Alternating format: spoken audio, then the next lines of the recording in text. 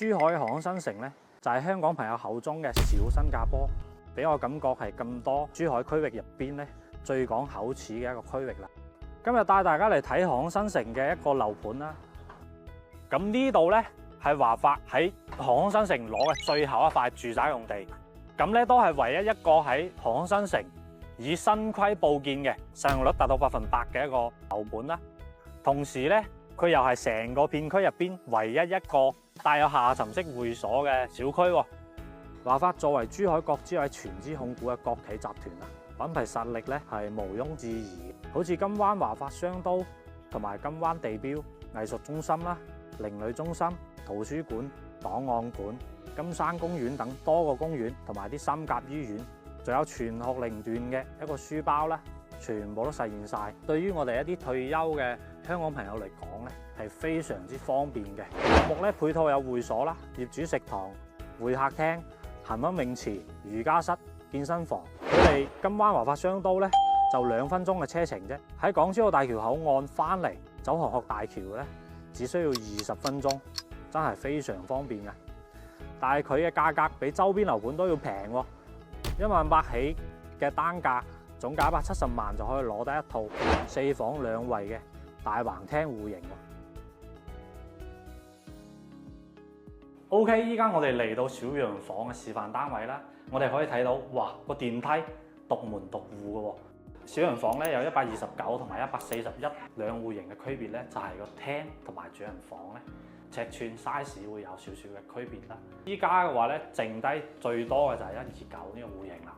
咁咧佢大廳嘅開間係5.2米嘅開間啦，同埋咧個主人房咧係比141稍為細少少嘅，其他嘅格局咧全部都係一樣嘅。咁咧入嚟嘅話咧，我哋可以睇到有個智能監控啦。翻嚟嘅話咧，佢係全自動式智能嘅，一鍵式嘅打開屋企入邊所有嘅一啲智能家居啦。同埋入嚟嘅話，我哋可以睇到有一個套間，佢係帶有套廁嘅。咁呢邊咧可以作為一個長輩房啦。佢同主人房咧係分開兩邊嘅。下邊咧就嚟睇睇佢個廳。佢個廳咧，我哋可以睇到係一個巨木式嘅採光面啦，向南採光超級好。跟住小洋房咧，我建議大家唔好揀咁高嘅樓層，揀低少少，可以睇到遠景啦。同時我哋可以睇到飯廳呢邊，飯廳嘅話咧擺一張8人台係完全冇問題嘅。廚房都係一個 U 型廚房嚟嘅，預留咗一個雙門冰箱位啦。